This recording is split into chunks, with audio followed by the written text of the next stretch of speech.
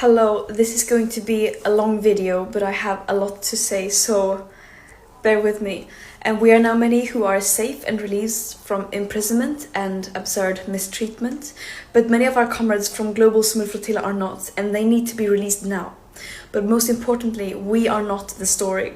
Thousands of Palestinians are currently being held in Israeli dungeons without a trial, hundreds of which are children. Millions are living trapped under an illegal siege in an apartheid state and occupation, who are being systematically starved and bombed to pieces.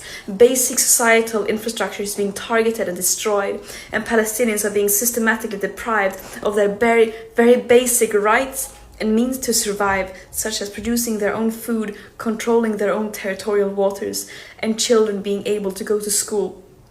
And the whole world knows that this did not start on October the 7th, 2023.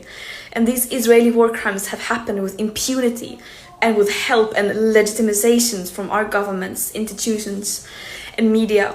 And this is the story here that people should be focusing on. Do not let me and other volunteers on the flotilla be a distraction. And the Global Sumud Flotilla is about solidarity with Palestinians, international solidarity. And what Israel did was mainly not to illegally abduct us in international waters and abuse us in prison, but it was that it stopped a humanitarian mission and violating international law by preventing humanitarian aid from entering Gaza, a population that are being systematically starved by Israel. And this is a blatant violation of international humanitarian and maritime law. And I also want to make it very clear that our imprisonment by Israel is a direct result of our governments.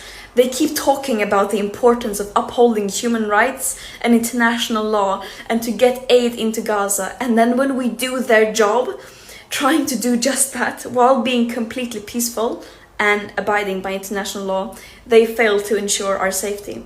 And this mission should not have to exist. It is a last resort when all means fall short and when those in power fail to step up and do the bare minimum.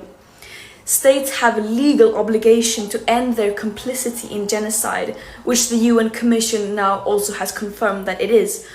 And this current lack of willingness to do so is a crime against humanity. Israel does not have immunity from international law, even though it might seem like it from their genocidal propaganda. No human being is worth more than any other, and that also applies to Israelis. It's absurd that this even has to be said. And just to have it said once again, of course we are not running errands for Hamas, nor are we terrorists.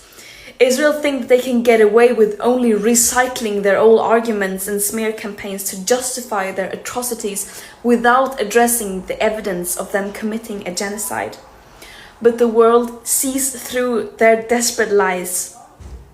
Terrorism is defined as the calculated act of using violence to incite fear in a population for political control. Is that really what this peaceful humanitarian mission carrying food, medicine, baby formula in line with international law was doing? One can really ask who the real terrorist is here. And I stand by what I have said and stood for since I became an activist at the age of 13. I will continue to fight for a free world, a world free of all forms of oppression and racism, where we put human and planetary well-being over short-term economic profit and geopolitical control for a few. And that might sound naive, but I would any day choose being seen as naive over having double standards and not doing anything in the face of injustice. And I urge everyone to join the global uprising for justice, freedom and equality, and to apply real pressure on our governments and institutions to fulfill their legal obligations to ensure human rights for everyone. We have truth, morale, international law, justice, love, history, and solidarity of the world, as well as basic fucking common sense on our side. The war criminals have hate, lies, and weapons. Justice will prevail. Free Palestine.